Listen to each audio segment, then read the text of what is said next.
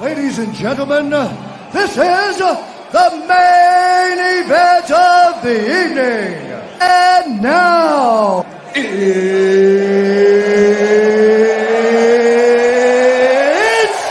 time!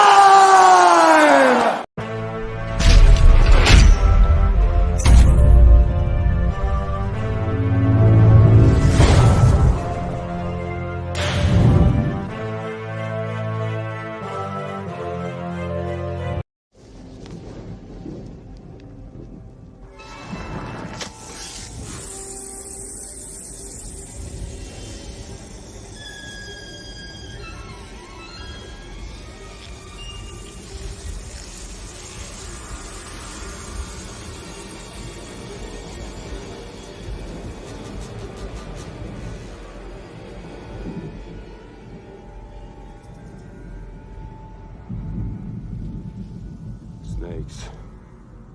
Why did it have to be snakes?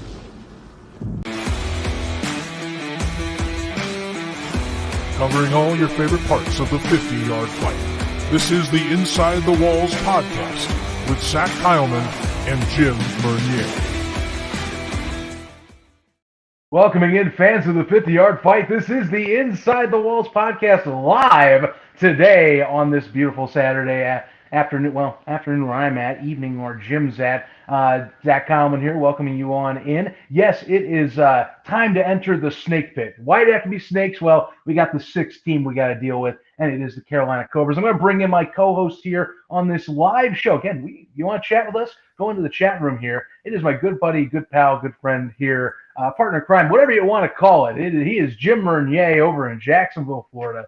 I am Zach Kyleman in Arizona. I was going to say it one more time on this show after I said it once on the USFL podcast. So here I am. Jim, how are things, man? We are one more step towards the season. It's feeling pretty real. You know, teams are in training camps now. We're seeing photos, videos, and everything of the like. I know your Sharks are busy in the community right now. How's it going for you? Right now, we're 14 days away from the kickoff of the 2023 NAL season. And from every team I've seen so far in the NAL, we have get-togethers, we have community events, we have cookouts, we have mascots giving away free tickets, we have teams getting ready, teams getting prepared, and of course, we got the Cobras. We're entering the final 2 weeks of our preseason, our pre-games, previewing the season to the two teams that played for the NAL championship last year, and this week we are starting with the Carolina Cobras from the Greensboro era. So yeah, it's 2 weeks out. Of course, you're a little unique. We're not pre-recorded. There are a couple of things. We do have an interview coming in later in the show. I had the privilege to sit down with Zach Brown, not Zach Kyleman, but too many Zachs on this episode today. Yes. But it's good, 14 days. So for you Carolina Cobra fans here, this is your show. We'll be talking about your players, your schedules. Of course, listeners, you have comments, you have questions, send them through because this is a live event, and this is very rare. We usually don't do live events. So when Jim does mess up, I can't go edit it. So that's what happens.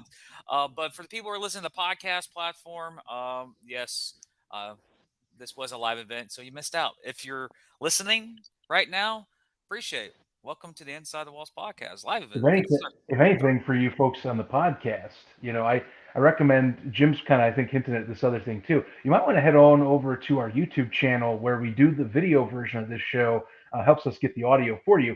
Go over there, hit that big red button down by the video, whatever you choose. You can any of the episodes, and then hit that bell because, as we say on multiple of the shows that you and I are associated with, it builds morale, helps you feel pretty good. We feel pretty good about it too, and it helps us spread the show and the word about the National Arena League and the great sport of arena football that is back this year in just 2 weeks. So please go on ahead and follow us on our social media here at InWallsPod on Facebook, Instagram, and Twitter, of course, especially on Twitter. We're very active on there.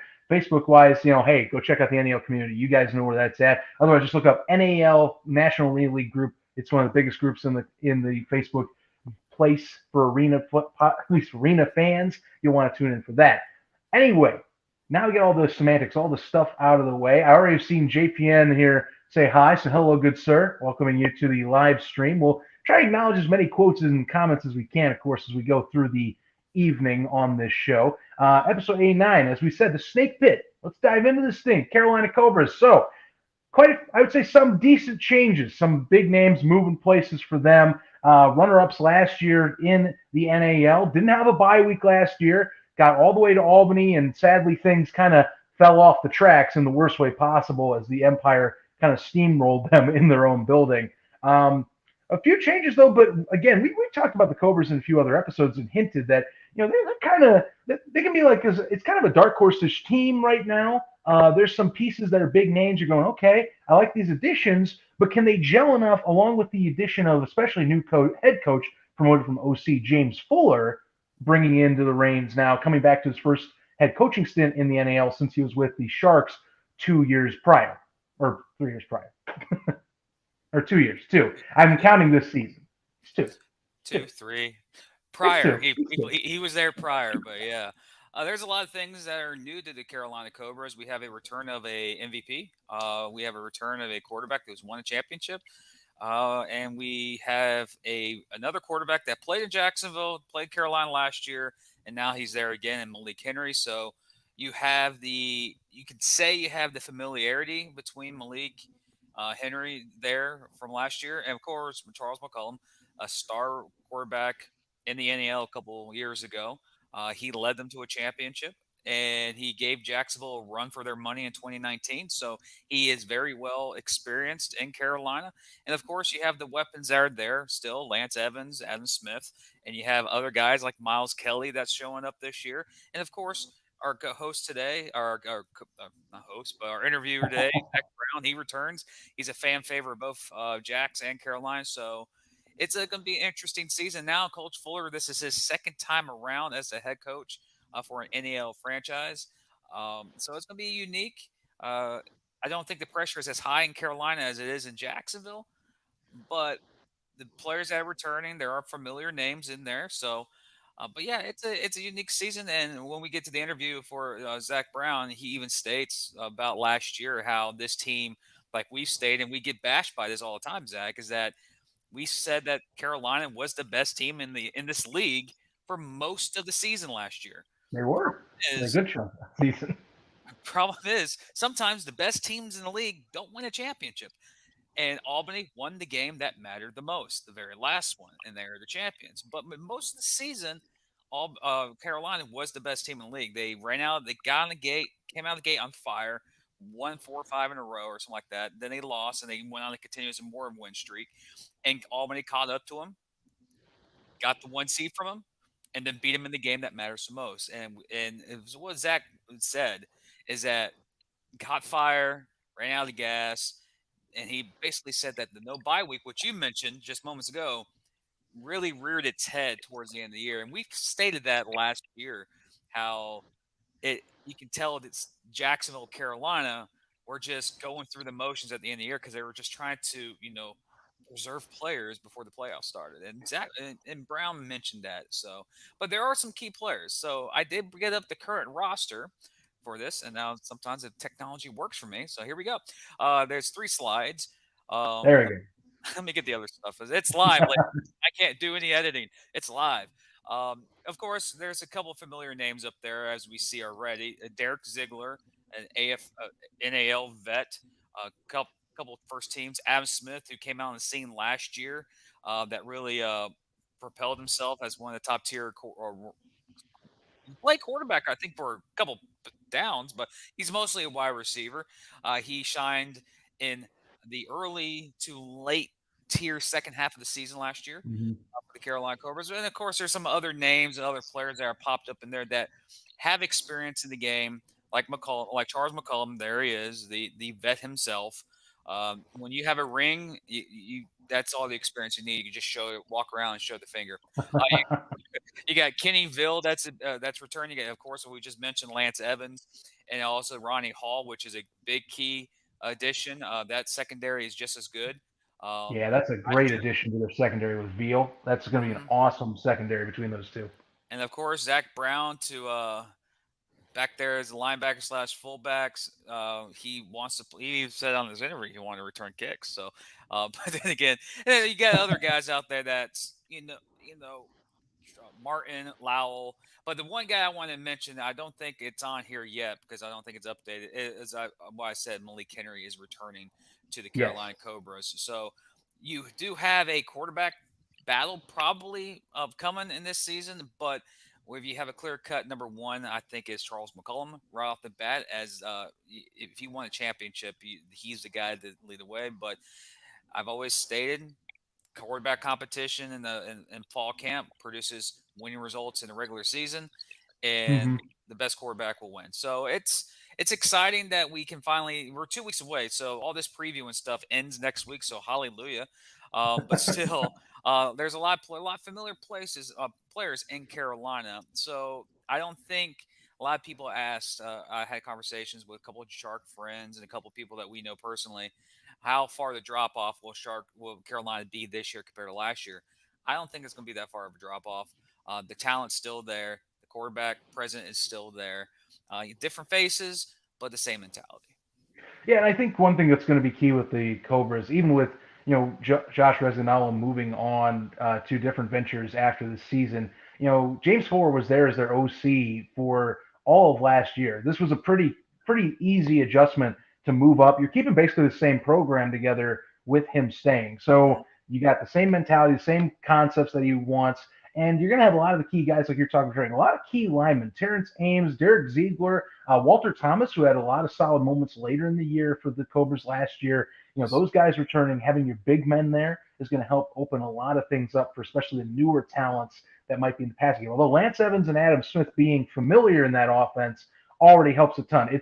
I don't know if it replaces, for example, Kendrick Ings or DJ Myers, but it's at least good to have someone with that core passing ability and kind of being on a similar page, or at least one quarterback. Because Malik Henry at the end of the year, like you're talking, now getting re-signed, that's a good signing, especially as a security blanket. If you don't fully want to say jump in and say Charles McCollum isn't all the way up to a snuff where he used to be, Henry did perform admirably at the end of last year, to where you can run with Malik Henry and say, all right, he took another step. Let's see what he's got this year. So, and not to mention, like I hinted there, Kenny Veal and Rodney Hall being your two guys anchoring the sides on the DB section, and Hall also being a solid receiver option too. That's great for your defense. So they have pieces. The question is, can it keep up with some of the other fully loaded rosters in the NAL? That's to be seen. I see what you put up there, by the way, Jim, with JPN 23. Yes, indeed. That was one of the best passes from last year in pinch hitting very much. Adam Smith definitely deserves a call. I hope he clips that because I've seen a few players clip our show. I would love him to be like, yeah, I say that's right, because he did. That was like out of the blue. Just nice, pretty 20+ yard TD pass right in the corner. No big deal. I may not be. I may not be. I don't want to jump to judgment, but I do think one of the best receivers in the game is with us. He's currently with Memphis, and that is DJ Myers. I think Hmm. that's DJ. If I'm right, he may if he replies on the post again, he probably is DJ Myers. But yeah, you mentioned earlier, it's hard to replace Kendrick Gings and DJ Myers. That was a lethal 1-2 combo in Carolina, especially with Jonathan Bain back there. Um, it's going to be, but Adam Smith, Lance Evans, they've been there, they've done that. They know the Oh yeah. system. It's not going to be a massive drop off. We have seen teams in this league have elite receiving cores, and the next year they can barely get past midfield sometimes. Um, I'm doing by experience, by the way, but It's that happens sometimes in the arena game, especially in the type of industry this is. How players one week can be on one roster and then the next week they're on another team, so things switch. But for Carolina, when you had that, people say, "Well, they don't have Bain, they don't have DJ, they don't have Kendrick Ings. This team's going to drop off." Not really, because when you bring back a quarterback who won the championship a couple years ago, who basically carried that team in 18, and then 19 went to a shootout versus Jacksonville multiple times for the championship, Mhm. you're bringing in a caliber player that knows how to win the big game. Yes, I'm not saying Jonathan Bain can't win the big game. He did it before. But we talked to a couple of Carolina players. We talked to Kendrick Ings. I've talked to Zach and previous this today, honestly. And players do not want to say it, but the sting is still there from last game. And honestly, from the narrative I got from Brown is that they had him, they know how to beat him. They just got behind early and just basically said it was a done deal. Of Well, course, in this game, you get down behind 3 possessions, that's almost game over in some sense, especially how Albany was playing last year. well, let's reiterate it too, of course, with how their season went. You're talking no bye weeks. Well, no bye weeks for 14 regular season games. 15 if you count the semis. So they had to go through 16 games last year, including the championship, just to get through a season. So keep that in mind. They didn't get any time to relax, any time to chill, really whatsoever, until the bye week. That coming up to the championship. I said 16, I meant 15 because there was a bye last year. So 15 games is still insane. I will backtrack to that. Hmm. But nonetheless, that's a lot of wear and tear. And they did Ironman last year for the first season. So you got no bye weeks. This year, they at least get 3.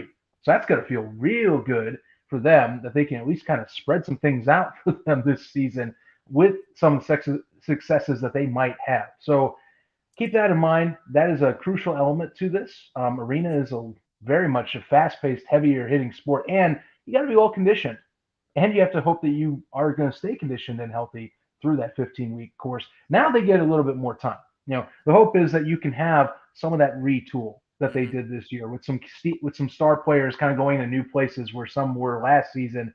You can get back to the promised land, and you'll be a lot more rested and ready to go this time around. Well, last year, 2 teams in the NAL suffered for not having a bye week, and you could tell as the Yeah, season progressed, it started to show its head.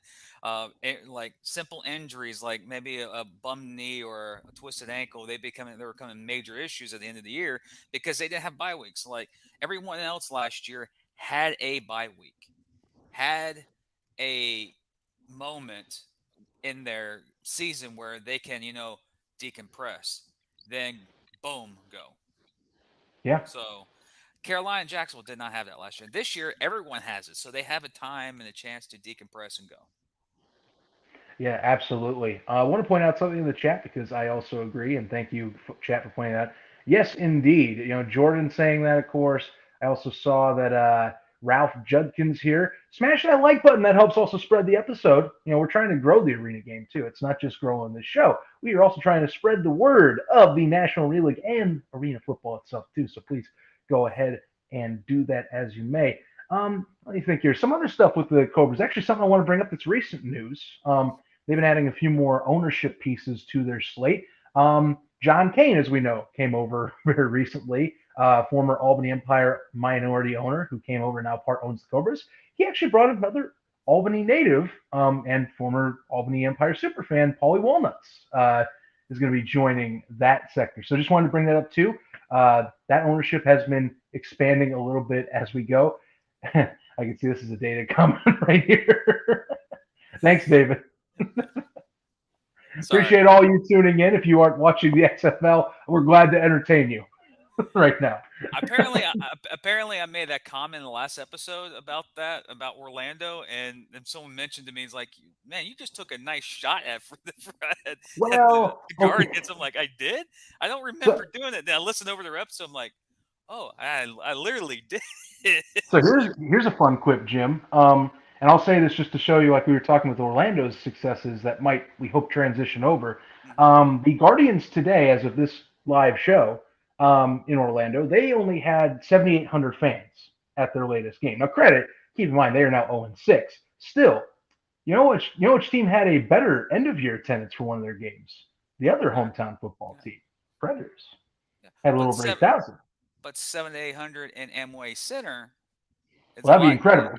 That looks a lot better than the 7,800 at where are they playing? Camping World Stadium that holds like 68 and 70,000. It's just a bad look.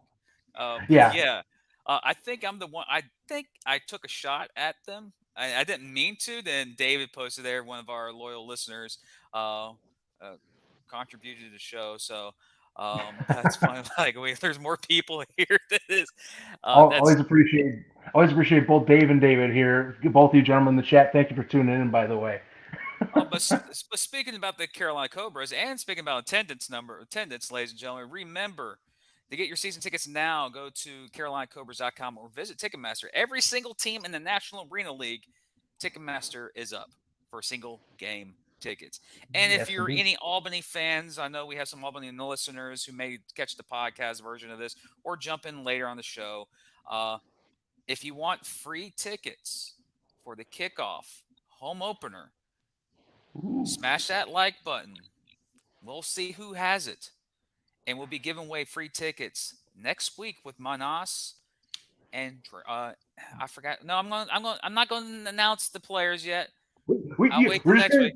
We're just gonna say Manas is going to join us next week for the Albany Empire preview. We have players joining us next week, so smash the like button, share the link. We may say something else on Twitter or Facebook or one of these social media things, and we'll do a drawing on next week's episode to see who wins 2 tickets to the Albany Empire's home opener against yeah. the Predators. Oh yeah, it's gonna be a good one, guys. That's gonna be a loaded up game, and tune in for that for sure. Because seriously, we'll have a lot more guests than Coach Manassa alone. You guys will want to tune in for, but we're gonna have at least one other very well known and talented Albany Empire player on that very talented roster joining us. Possibly two. We're figuring this out, but we're gonna have a loaded staff for that interview. So be sure to check out next week. This week though. I think it's perfect timing for interviews because hey, if we're talking some stars in this league, Mm-hmm. what better one to bring up than obviously someone who has played in both the sister ownerships with of course Jacksonville and Carolina in Zach Brown. I think it's a great time to introduce this, Jim. Yes. So with that, ladies and gentlemen, I had the privilege of being joined by Zach Brown of your Carolina Cobras. Episode 89's interview series. This week's Carolina's Cobra own Zach Brown. Zach, welcome to the show, man. Appreciate you joining on. Thank you for having me. Well, Zach, I know we're gonna have a lot of Shark fans here. I was at a Shark event earlier today. It stinks that you're wearing Cobra black and silver, not Sharks black and red. But again, there's me and Zach Coleman on the show have a saying that Carolina and Jacksonville basically a brother and sister relationship. We're both the same organization, similar. Usually, a lot of ex Sharks go from Sharks to the Cobras. Like last year, it was you, Bain. There was a couple other players. I'm like, yeah, this is like just the former Jacksonville Sharks in Carolina. But having you on the show, we wanted you on the show last year, but of course the season it happened so quick, goes away. Your time in Carolina compared to your time in Jacksonville. What's the difference? What are the perks of playing in Carolina compared to Jacksonville? Don't get me wrong now. Jacksonville is a great place to play at. You know what I'm saying? Like the time I was down there, I enjoyed it and everything because the difference between Carolina and Jacksonville is the beach. Jacksonville got the beach. Carolina don't got no beach. But with the city though, it's a lot of great food to eat up here also, and a lot of places to go at. Cause it's basically like a little college town, so it's a lot of stuff really going on. And like in Jacksonville too, is a lot of stuff going on too. But I like both places though. I can't really say Carolina the best or Jacksonville the best. You know what I'm saying? Both organizations were great to me, and I respect Jacksonville until this day, or I always will. You know what I'm saying? For giving me the opportunity to showcase my talent. But Carolina, I went to college up this way, so I knew about Greensboro a little bit more. Mm-hmm. So that was another decision for me to come up here and play because I already knew about the area. But I love Jacksonville though. Don't get me wrong, I love Jacksonville, closer to home. Family can come watch me play more though. But it's about the same to me. I like both cities though. Well, I do know one thing. Carolina has better barbecue than Jacksonville. That's hands down the Yeah. truth right there. Uh, this is a question from Zach. You've played with Coach Fuller previously, and now that he's been promoted to head coach at Carolina, what is your expectations for Fuller this go around compared to last time you played under Coach Fuller? To be honest, it's still the same thing. Go out here and grind, put that work in. You know what I'm saying? One thing about Coach Fuller, he's a great coach, detailed coach. He gonna have you ready for game day throughout the week. So if you listen to him, I promise you on game day, game will be much easier to you. And I've been with Coach Fuller since 2019, and from that day forward, he told me, ZB, ride with me now. And I've been going here ever since then. And that's why I feel like my game elevate every year, Mm-hmm. because he'll come and tell me and let me know what I need to work on. You know what I'm saying? So, and I do that in my off season and everything. But he's a great coach, though. Speaking about elevation, last season, Carolina had that hot start. We were pumping you guys up on the show here. We were getting a lot of hate from certain team from up north. But speaking of how the season ended and entering this season, is there a chip on your shoulder going into the 23 season because of what happened at the end of last year? Um, yes, yes, it definitely is, because at the end of the day, you come to camp and your main goal is to play in that championship game. So, you know, you play a lot of games, you have your ups and downs throughout the season, you win some, you lose some. But once you get to that championship game, all them other games you play don't mean nothing. You know what I'm saying? This the one that you go hard for with your teammate. You hit the weight room for. You do the extra condition for this type of game right here. And I felt like nothing against Auburn. They're a great team, got great players. I think that we just let the game slip out of our hand and get out of hand early, and we weren't able to bounce back like we did a couple times against Auburn. That's last season. But Auburn that came out, I think they were more hungry than us. You know what I'm saying? But I don't want people to think that last year that we thought about, since we beat them 3 times, we can go beat them 4 times, but that wasn't our mindset. You know what I'm saying? We threw them games out the door and said, hey, man, this it right here. This the last game of the season, so let's go get it and make the best team win. And they was the best team that night, and they got the championship. You played fullback, you played Jack, Mac, whatever position you were playing, and you also played kicker last year for a time.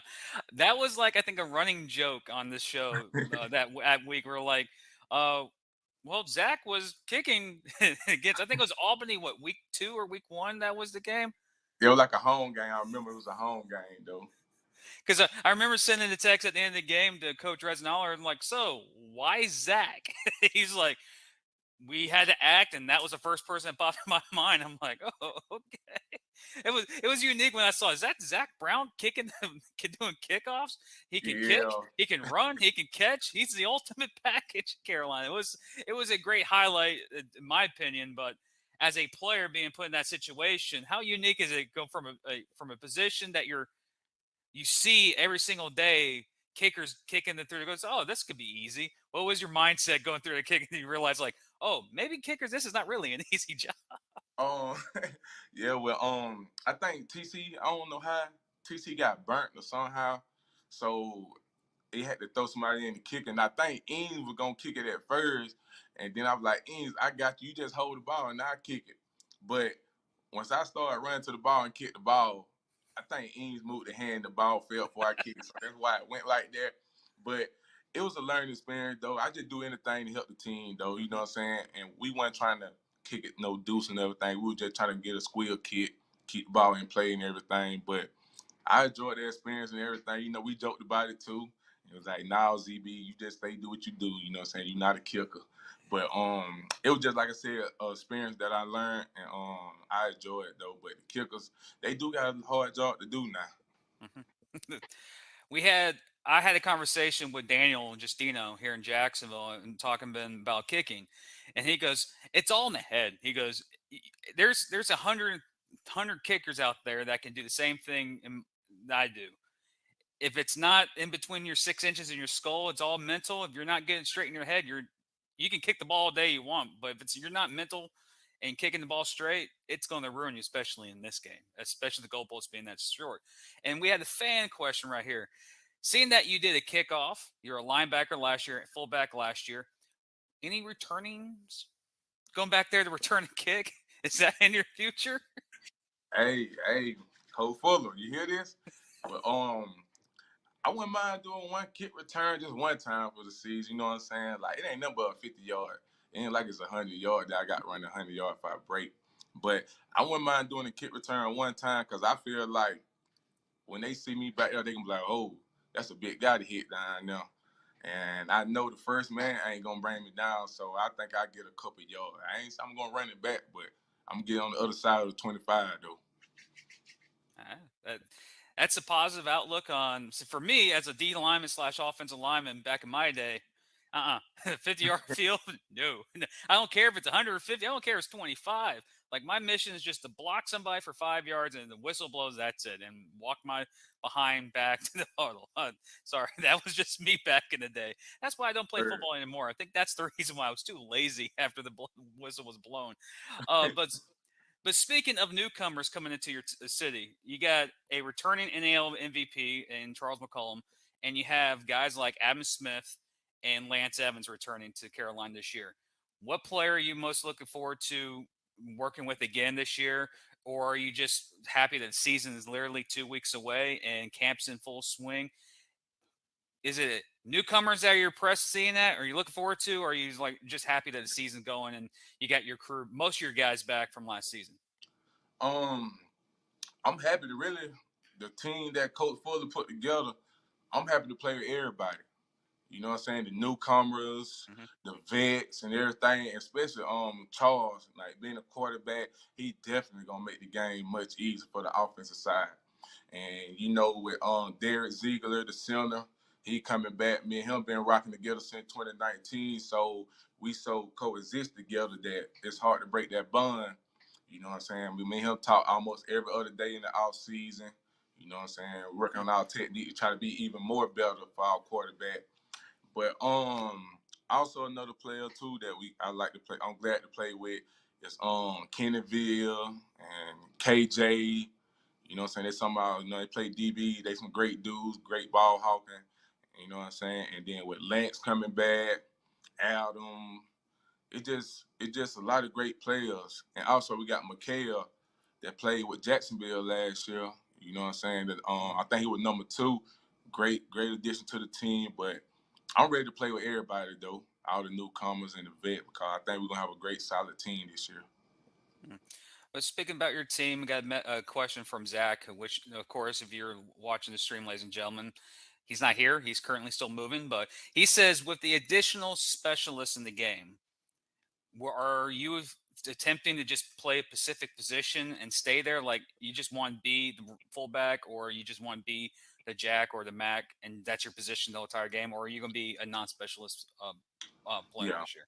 I think I'm going to be a non-special again because I'm used to playing both ways. That's why I grind the off season, get my body prepared for this and everything. Because what people don't understand though, I don't want to come off the field. You know what I'm saying? Because I feel like I'm on the field, I can help the team out. Not saying the net person can't, but I just feel like I can help the team out too. But and also that the mat linebacker and the fullback, I think that's the toughest position on the field because we make the most contact every play. Like we gonna hit somebody. So for me to play both ways the whole season and come out healthy, I think that's a blessing, and I thank God for that and everything. And I just, like I said, working the off season, so I know I'm gonna be a two-way player this year. Speaking of players again, last year DJ Myers, a teammate of yours, won the Ironman of the Year award. Is this year's team, especially you, this is a question to you, you won the Week of the Honors before, Ironman of the Week last year a couple of times. How can I say this? Is your goal this year as a player to become an Ironman of the Year and keeping that award in Carolina? Or is your goal as a player this season just to be the best player you can be and represent the city of Carolina like you did here in Jacksonville when you played here a few years ago? As you speak of DJ, it's crazy though. DJ texted me today and told me, ZB, keep being you, keep being great, and keep being that dog you is. Like, DJ's like my best friend.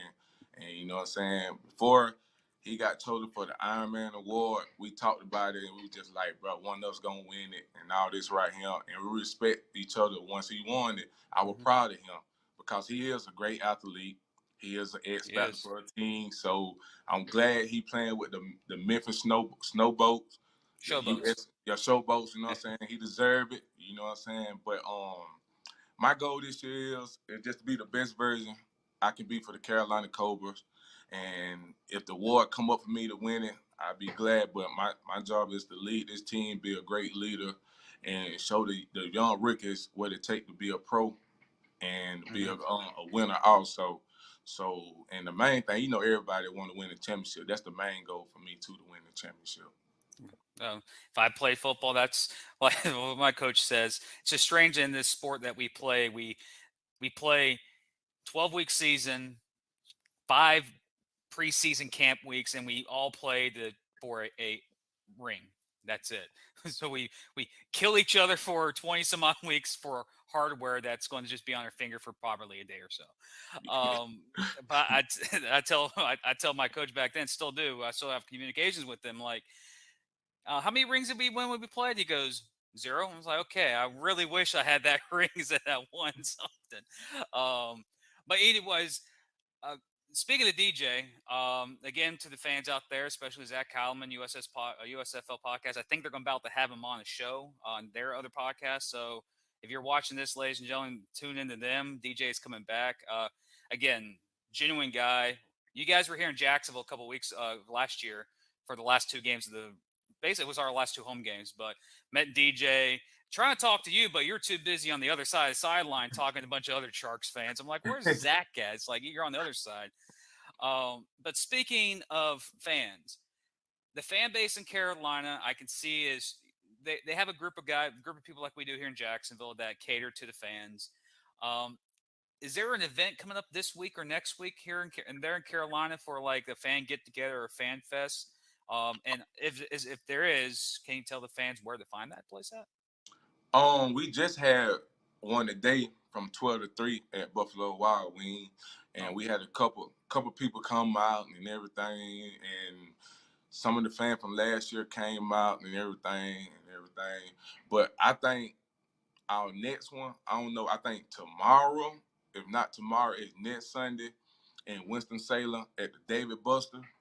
You know what I'm saying? I don't really know the address. I didn't know it was in Winston-Salem and the place of David Buster. mhm, But I think it's tomorrow. If not tomorrow, it's next Sunday. You know what I'm saying? But mhm. like they're saying, though, we got a lot of events coming up. Like I think this year we got more events that we had last year. And like I just left Sam on Sam football tournament up here. We went and met some kids and telling them, you know what I'm saying, what it take to be a pro. You know what I'm saying? Teach them about school, work for grades. Then you play sport because you're a student athlete before you be an athlete. You got to Mhm. get your grades first. So who's out there talking to a bunch of kids that trying to go Division 1 and play at the next level? But I think that's what we got coming up for the fan fest. It's like David Buster. Like I said, I think it's tomorrow. If not tomorrow, it's next Sunday. Because we did one here in Jacksonville. I think San Antonio has one tomorrow as well. So a lot of things around the league are starting to pick up as we're nearing kickoff, especially in 2 weeks' time. And in 2 weeks from now, you guys are making the journey to San Antonio to take on the Gunslingers. How are you preparing for that game? The introduction to the Nets. San Antonio has gotten some great players, big an arsenal. They just signed Arvell Nelson, so they're loading up there. What's the mindset heading into week 1 here in a few weeks? At the end of the day, you got to respect them guys out there because at the end of the day, they busting their tail to win the championship. They build up a team so they can win the championship. And like I said, we played on week 1. It's gonna be a great game, and I know my boys gonna be ready to come down there and put on the show and come back with a win. And the main goal for us, once we get to that time to play on, it's just to win by 1. You know what I'm saying?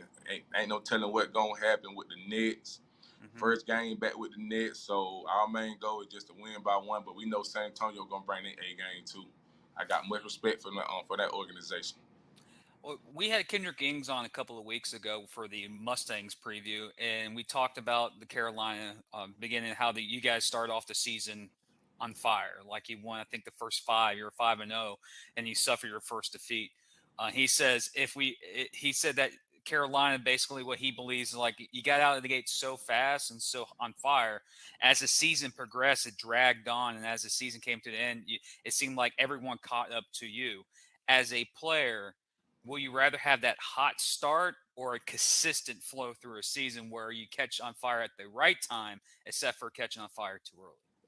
Um, I rather have the hot start But you like people don't like. Well, people know now that last year we didn't have no bye week. So if we would have jumped out 4-0 and had a bye week to relax our bye, we can go back and look at the 4 games that we did good, but we almost could have lost and see what we did wrong.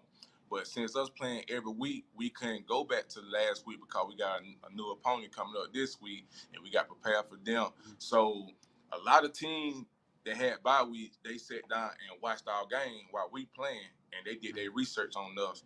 But like I said, it's no excuse for us because we still had a great team. And you know what I'm saying? I think we had about 2 bye weeks, we would have been okay. You know what I'm saying? We would probably kept going like we was, but it ain't no excuse for us though. Like I said, the better team won at the end of the season. We had a great squad. I love them boys that we played with last year, and I hope they do great this year wherever they at. Speaking of your schedule coming up, you got Carolina. You're traveling to San Antonio the week 1. Is there a game on that schedule that you're looking at and you circle it? Like, I can't wait to play them. Or is it just 1 week at a time, 1-0 at a time? Well, with me, it's just 1 week at a time. You know what I'm saying? Because if you look ahead at a certain game, you ain't going to be focused on the next one. So I really ain't circling no game. Only game I really circle, if I say in it, it's like the first time in Jacksonville because my people can come watch me play. You know what I'm saying? That's the only time I be worrying about the Jacksonville game. But just playing against another team or opponent, I really ain't got no circle game this week to week with me. So, Zach, to wrap it up here, seeing that you've been on for a while, thank you again for joining us. And I guarantee the fans of Carolina, and especially the fans in Jacksonville who watch our show, because you're still a fan favorite down here in Jacksonville. Just want to tell you, man. Like, I have colleagues that are like, where's Zach Brown? Is he still in Carolina? I said, man, we need to trade for him. I was like, I don't think he'd want to leave Carolina. But tell the fans where they can find you on social media, Twitter, Instagram, there's so many social media, TikTok, whatever. Where can the fans find you on social media platforms this day and age? Well, on Instagram, you can find me at the real ZB1, DA real ZB1. And on TikTok, you can find me at ZB that guy, ZBDAT guy.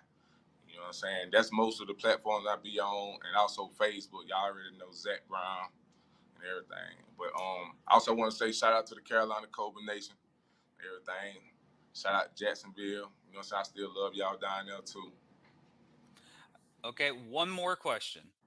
This is just a bold statement. What is your bold prediction / statement? Zach Brown, linebacker, fullback, Carolina Cobras. What's your bold statement prediction for this year's 2023 Carolina Cobras?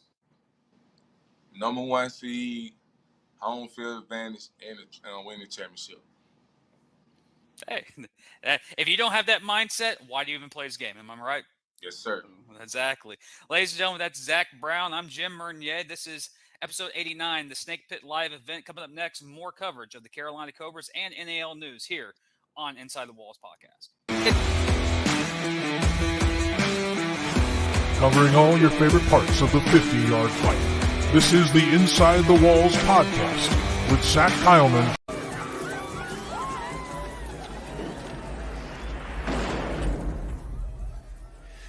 I've never seen them act like that before. Denial can be an ugly thing. Well, we should go, Mr. Ventura. I've arranged a plane. I'll meet you at the bottom. There's...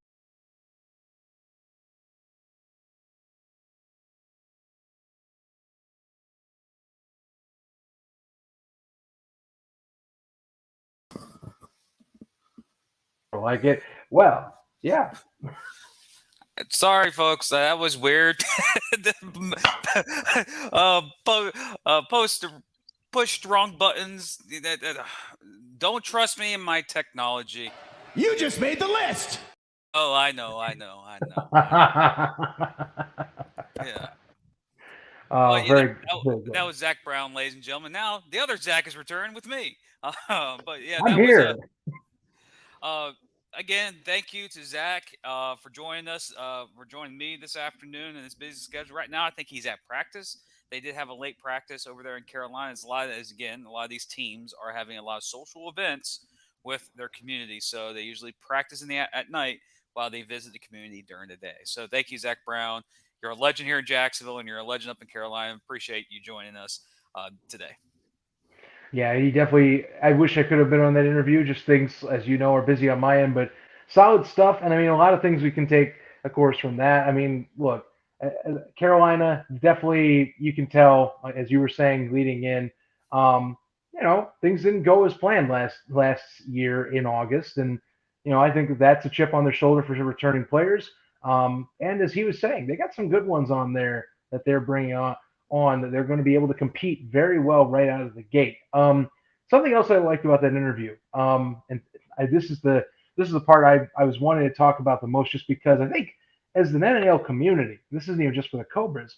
We should acknowledge that DJ Myers being kind of this torchbearer for the league, Ironman Player of the Year, coming from Carolina, now going to be playing and is currently in training camp for the Memphis Showboats of the USFL, kind of moving up the list.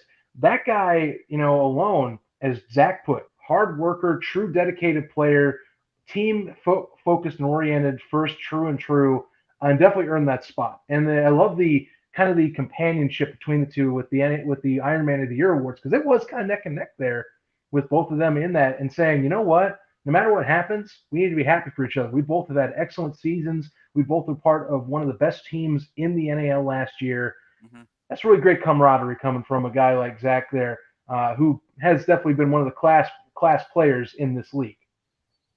Of course, and it's cool that even though he is in another league, in the USFL, or in the words of Zach Brown, the Snowboats, which I like that. that was pretty cool. But the Showboats, it just tells you the respect that these players have for each other, and that when they move up to another professional league, they still have the respect from past teammates and past players. So that was a cool sign thing. There's no grudge or no animosity against people who get the call up, because in this industry, in this business, your goal is to play in the big three-letter league, the NFL. And sometimes your roads go to other leagues to get to that actual goal itself. But again, Zach Brown is a genuine guy. I've talked to him before years ago when he was at the Sharks, but not in an interview style like we just did. But again, every time he comes to Jacksonville, he's a fan favorite still. Everyone loves him in Jacksonville. When you see him in pregame, everyone's stretching. He's going around the boards talking to every single Shark fan there, because that's how genuine the guy is. He has a respect for both cities. Again, he does the same thing in Carolina.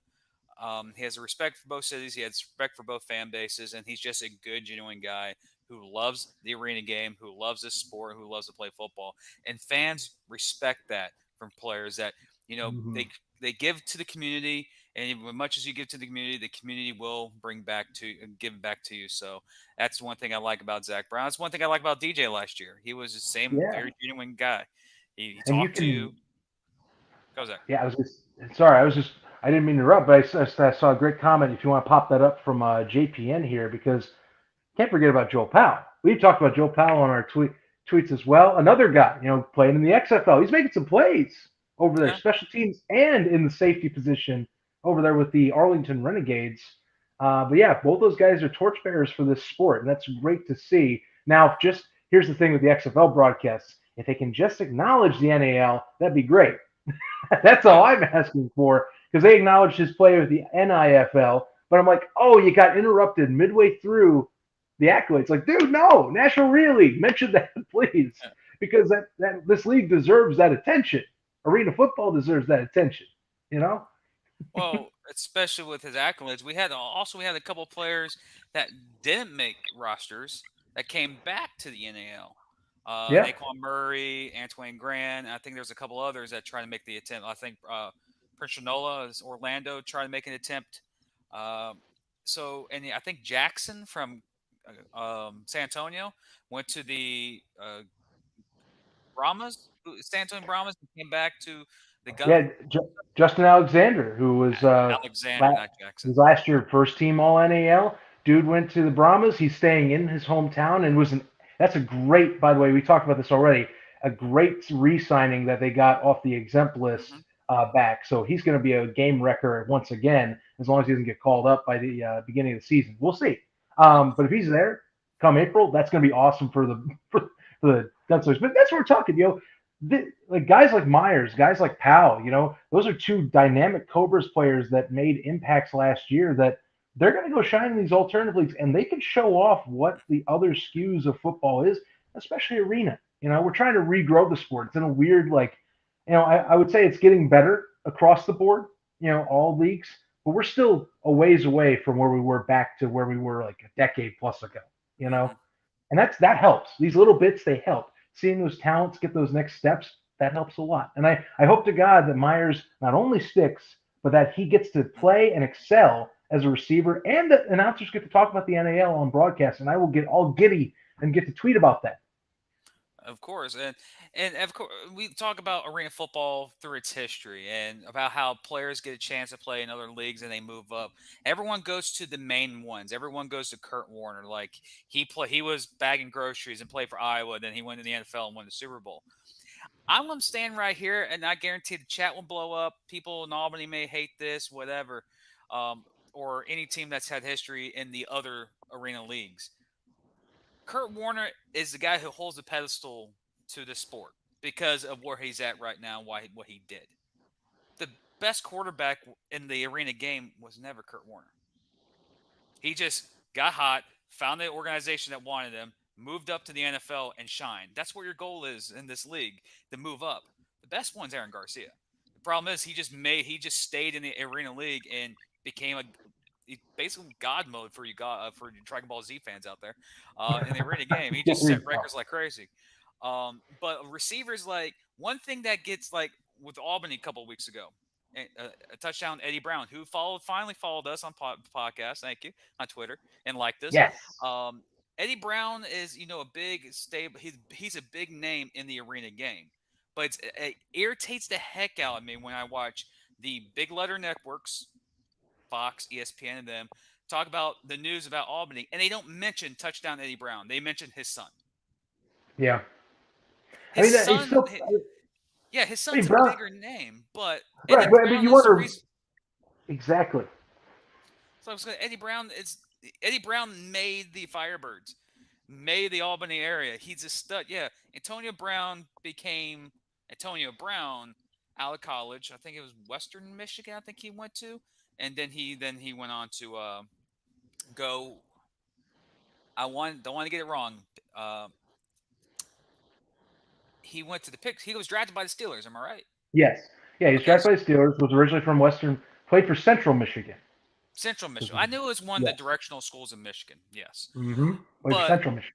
the reason why me and Zach are so adamant, ladies and gentlemen, about players getting the call to get into the upper lower leagues, and then the upper lower leagues talk about, oh, is DJ Myers? He did this, this, and this, and they skip over the arena league. I'm like, why will you skip over them? But when you talk about Kurt Warner, you bash the league, the Iowa Barnstormers like it's the only thing he did. It's like, give the guys credit. Like Joe Powell shining in the XFL. DJ Myers is going to tear it up with Memphis. That's going to be my somewhat of a adopted team in the USFL this year. It's There you go. because of DJ Myers. It's just like you mentioned. I think they mentioned something about Joe Powell, but they didn't mention the Cobras.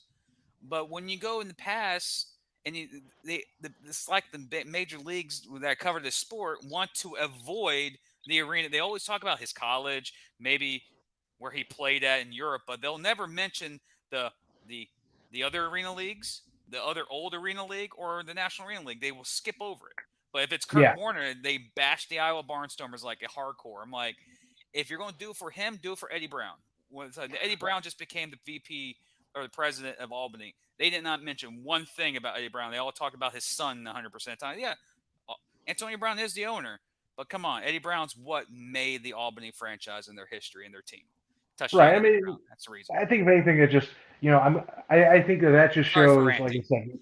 Oh no. Like I think first off, to reiterate, it's great that the Brown family are owning part of that are part owning and running the empire. I love that connection back to their local community. I have to reiterate that is fantastic. I think one thing we do mention though is that this sport has a long way to go in terms of national engagement and in terms of getting back into the spotlight as more of a niche sport like it used to be is what is being brought up.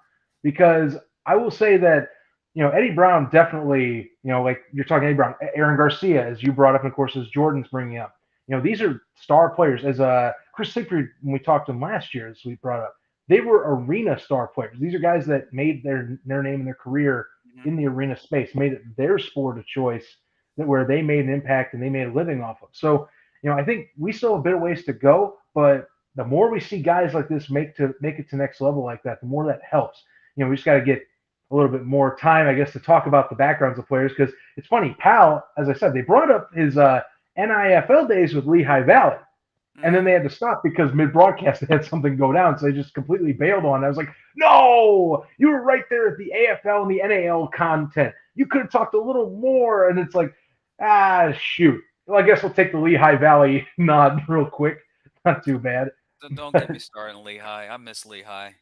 That I was know a lot of people I do. that was such a good organization. Well, their fans were very passionate, which I fall in love with fan bases if they love the sport like I do.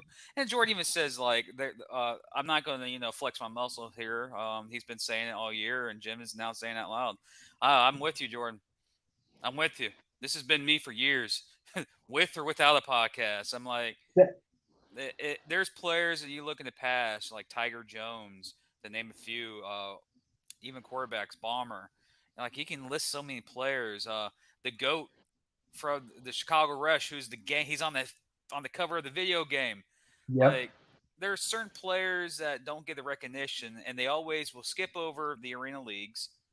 They talk about his either NIA school, his college, or if he played in Europe. It's like this level of sport, it doesn't get covered, and it aggravates me when people go, "Oh, I thought Arena League died." I'm like, "No, we've been here for No. years." And it's like, hello, we're here. But seeing that this is live, I know it's live. We get excited. This is a little extended edition. We're 1,400 miles apart. I can officially finally say that we're 1,400 miles apart. Yes, we Jacksonville and are. Arizona. But I know that we got Carolina Cobra fans that want to get into the schedule breakdown for their Carolina team. Let me pop it Mhm. up. And of course, I guarantee you our homeboy is going to say something like he made it on our stream again. So here we go. Here is the schedule for the 2023 Carolina Cobras. Bye weeks are week 3, week 5, and week 8. And yes, I'm waiting for the comment here about how he made it back on the stream. It happens every single episode that he sees the platform.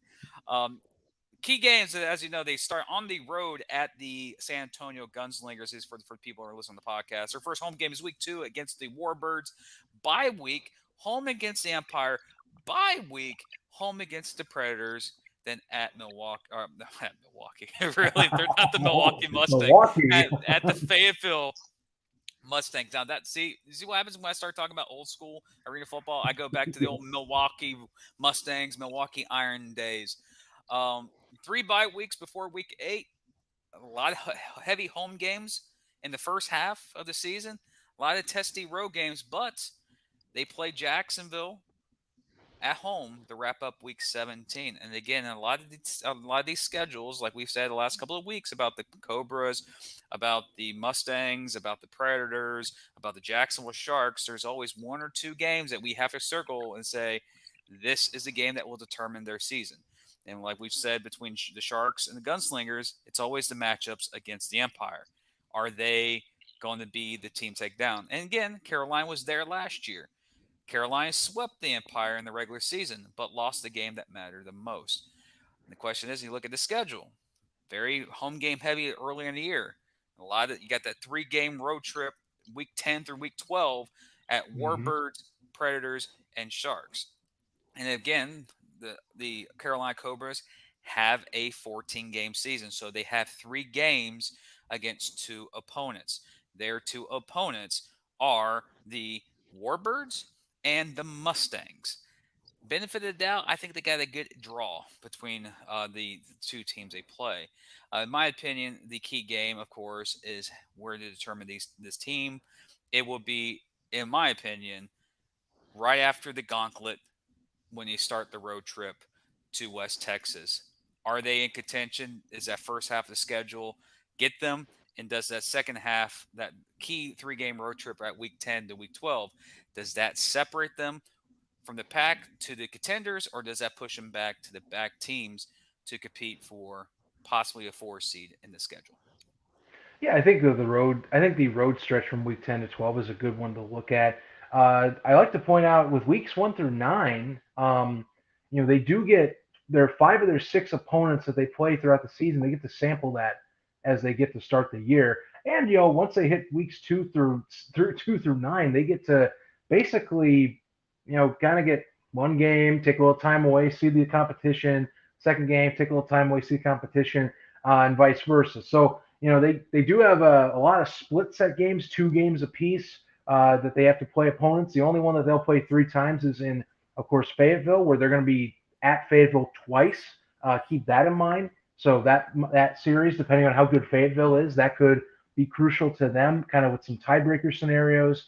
I do think that having the bye weeks earlier, I know we just talked about them going through that gauntlet of a 15-game stretch without a bye week.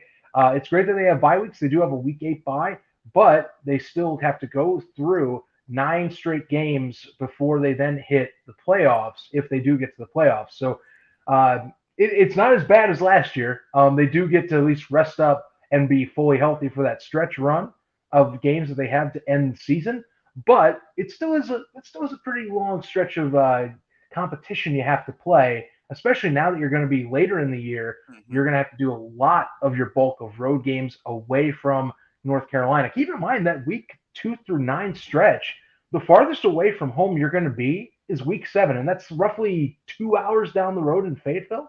So not much of a. I mean, it's a quick car ride. So that's a relatively easy road trip nonetheless, and it's also could be a fan-friendly road trip too. So you're not really going to experience much pressures of being on an actual travel schedule until you hit week 10, after you, of course, do your week 1 setup in San Antonio. But I mean, you're going to have a 7-week stretch where you kind of just get to stay at home, perfect your, what your balance of your roster is, get some wins, or if you can, or split some series, and then be prepared, because that end of the year gauntlet is going to be aggressive. That's the one I was about to mention, the end of the year gauntlet. If they are a team that's going to be competing for a playoff spot, dang sure the 3 teams that they're wrapping up at the end of the year, they're home against the Gunslingers, at the Empire, they're home against the Sharks. All 3 of those teams will clearly be in playoff contention.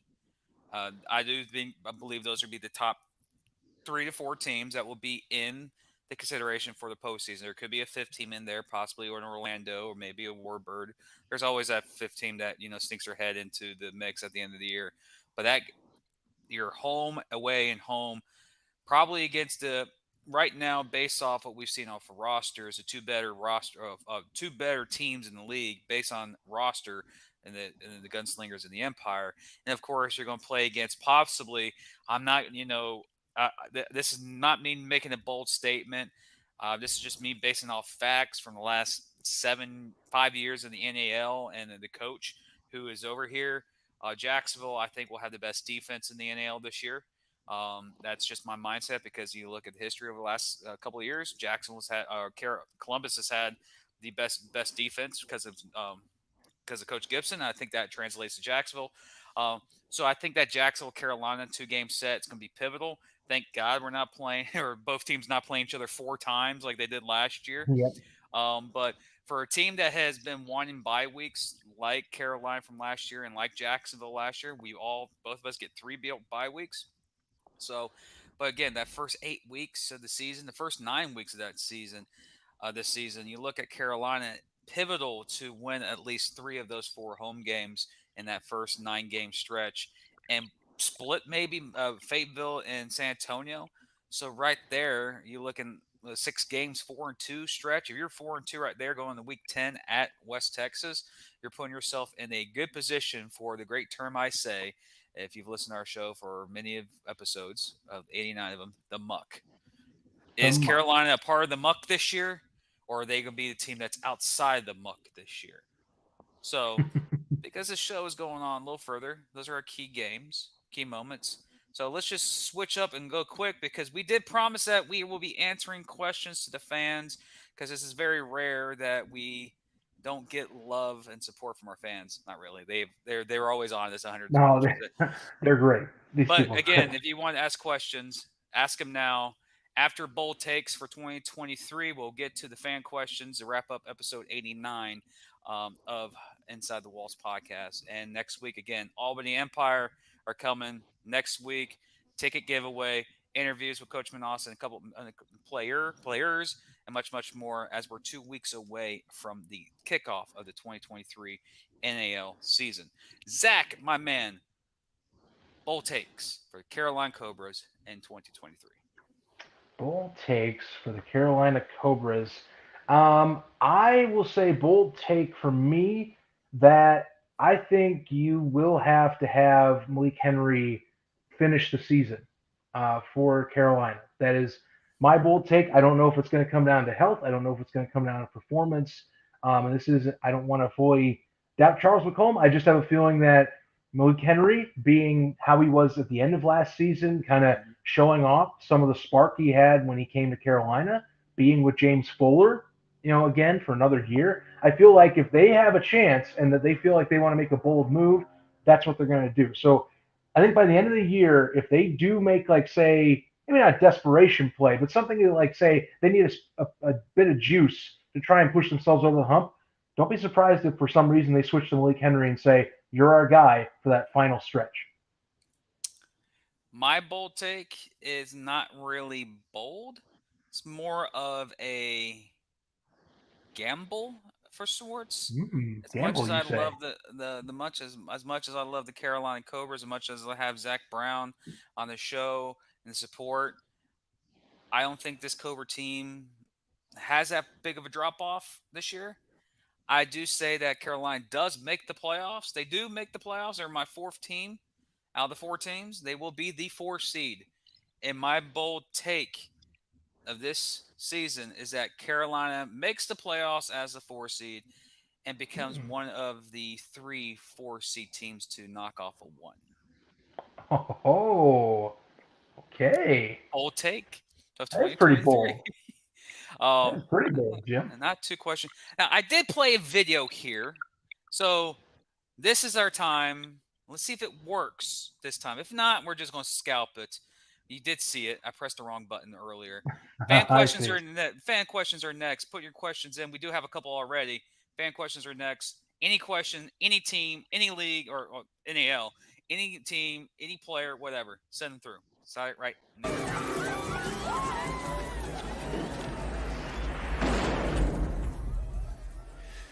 I've never seen them act like that before. Denial can be an ugly thing.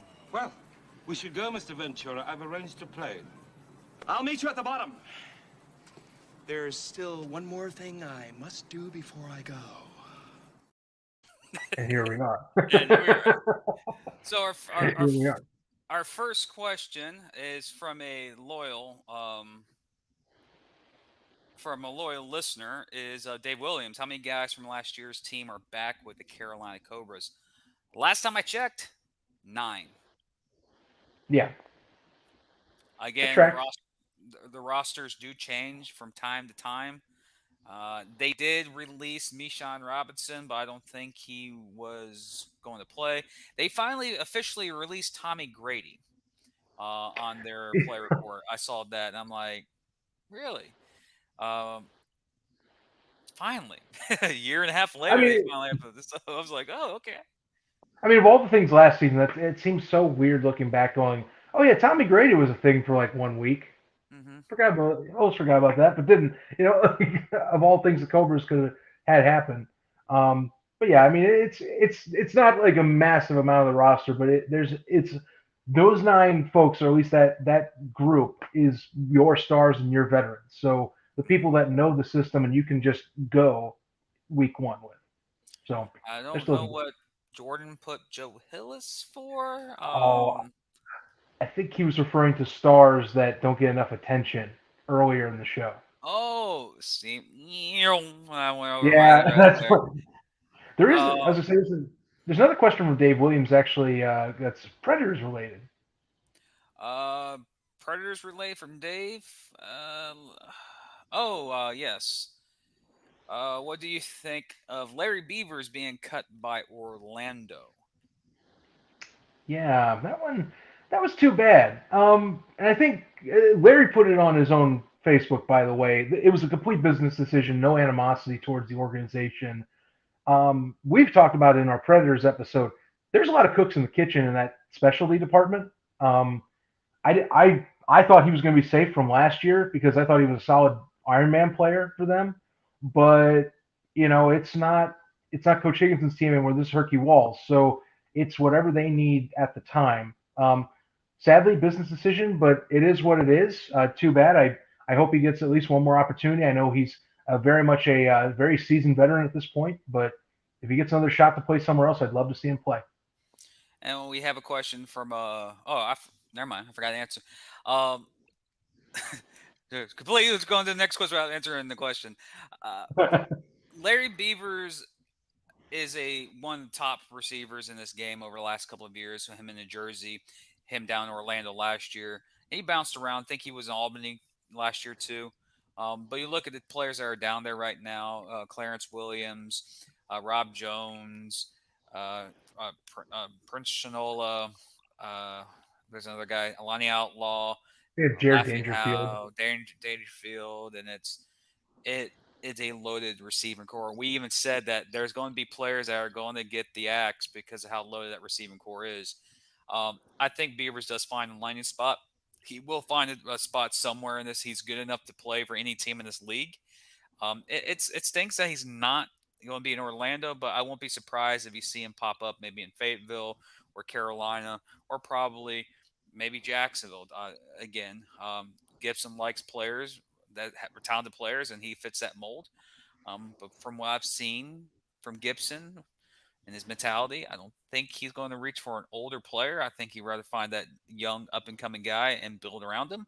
But that's my opinion. That's just my observations.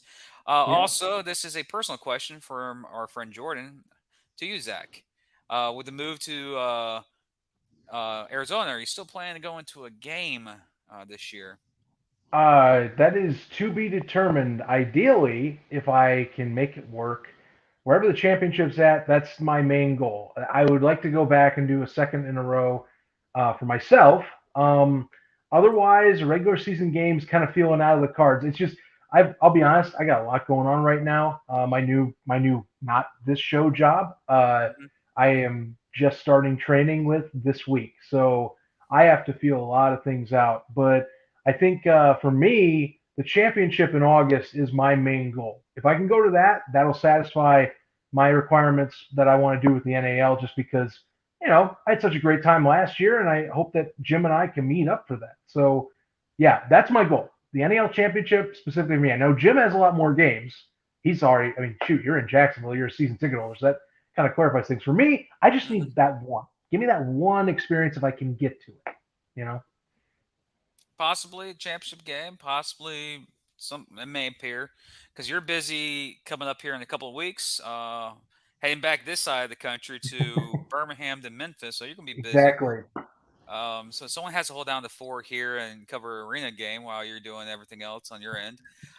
Jordan adds another question. Speaking of Beavers, you think he'll be a good fit in Carolina? I think he will be a good fit in Carolina. Experienced. He's been there, done that, and it will help McCollum or Malik Henry settle down with a more experienced receiver. It's one thing that you know is about Malik Henry in Jacksonville is that he had Devin Wilson right there. And Devin really, helped him settle down as the season progressed. But yeah, he'll be a good fit in Carolina. Again, that's if Carolina wants an experienced receiver. I don't know what Fuller wants, but knowing Fuller, he does like veteran wide receivers. So keep an eye on that. That does happen. The same thing here. I think he'd be a good fit. Beavers at this stage, to me, and if I'm looking at Carolina's roster, either you can slot him in as like one of your receiver 2 or 3. Primarily, though, what I think you should do with him, because again, I liked what he did last year as a DB. I think he'd be a great rotational Ironman piece, to kind of just let people rest. He'd be a great person, think of like a sixth man in the NBA basketball, or say a line change, like we talk about line changes in the NAL. I think that's a great type of player. There is that Larry can come off. You got someone that's going to be rested, knows what he needs to do when he gets on the field, and gives those star players that rest, and it doesn't lose too much of that talent floor you have out there on the turf. So I think it'd be a great fit for Carolina just to have that depth. Because I think Carolina, mostly right now, if they can get a little more depth at those spots, that would be ideal for me. Hmm. And also, we have a question from Dave from earlier in the show about West Texas, why there's only 25 to 26 players in camp. Um, that information is quite inaccurate. They actually have like 34 players on roster. A lot of the roster updates have not been posted yet, so that will Hmm. change. But again, they will have to get down to, I think, 25 anyways here in a week. So camp's not like the NFL and not like CFL and all the other ones where you have 3 or 4 weeks of camp, then you have cuts day. Uh, Hmm. NAL, they're cutting players a week and a half, 2 weeks into their camp. That's how it's done. I think in Jacksonville, I think we've talked. Me and Zach have talked to Gibson about how it's going to be very difficult cutting half the players from the team Right. because he really likes all the players that he has, and you're going to see that throughout the league. You're going to see a lot of quality players get cut, and probably some big names get released too. It happens in every league, in every sport. Big name gets released by a certain team, and voila, he appears on another team and shines because that player has a chip on the shoulder. Hmm.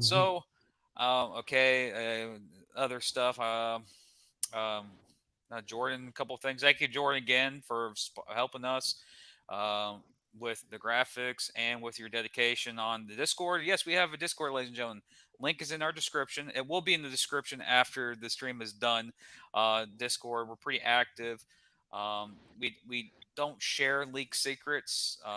We don't do that, but we do talk about the National Arena League. So people ask and say where we leak secrets, and that's not true. Yeah. We don't do that.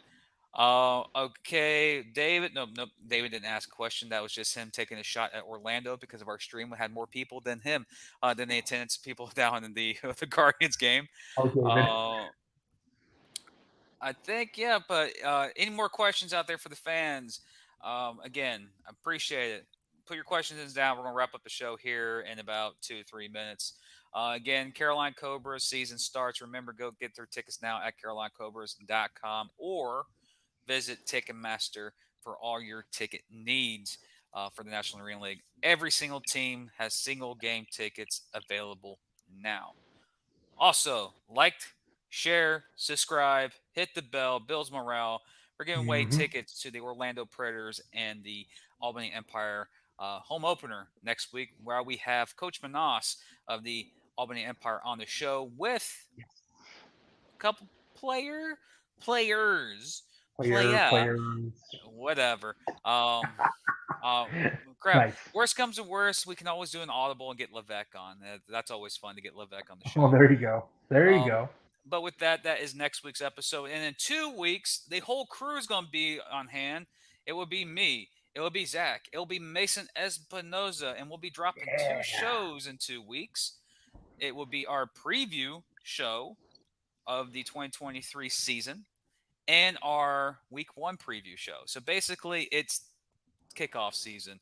I mean preseason. We're going to break down who our first team players are, who's our playoff teams, who's our MVP, who's our Iron Man. It's that type of show. The whole crew's there. I think Justin might join too. So the whole crew of the Inside the Walls will be here in a couple of weeks. They kick off the 2023 season. Also, week one, San Antonio Gunslingers at no, excuse me, Carolina Cobras at the San Antonio There you go. Gunslingers is the Inside the Walls game of the week. We will have interviews with either a gunslinger or a cobra. And right now, who could be both. But yeah, that's coming up in 2 weeks. There's 10 people watching this stream. There's only 5 likes. Hit that like, hit the share, hit the subscribe. Builds morale. Thank you for the support. Final call for questions. Going once. Going once. Going Going twice. twice. Sold to Jordan. Oh no, never mind. He says thanks and good night, guys. Yeah, I thought that was a question. I jumped It's the like, gun. wait, there's a question in there? But anyways, ladies and gentlemen, this has been episode 89. Thank you to Zach Brown, not the band, the player, the football, the myth, the legend, Zach Brown, the Carolina Cobras. Thank you to the fans who have watched us and supported us over the years. Special Saturday night live stream, very rare. Next week the game really. Next week the show will Yeah. be up. It could be a game. Next week's show will be up on normal time, Friday at 10 a.m. on all podcast platforms. For the people who are watching the mishap the show, wait a couple minutes. We watch it here on YouTube or download it on podcast platform as it will be available tomorrow for your podcasting needs. That's Zach Kyleman. I am Jim Mernier. This is Inside the Walls podcast. We're 1,400 miles apart, but only a few inches on the TV screen. So with that, you know what? With that, with everything, I want to say thank you to the support. Thank you to the fans. Thank you for everything, ladies and gentlemen. We're 2 weeks away. One more preview show, Albany Empire next week. 3 weeks from the season. Thank you. Love you. See you guys next week.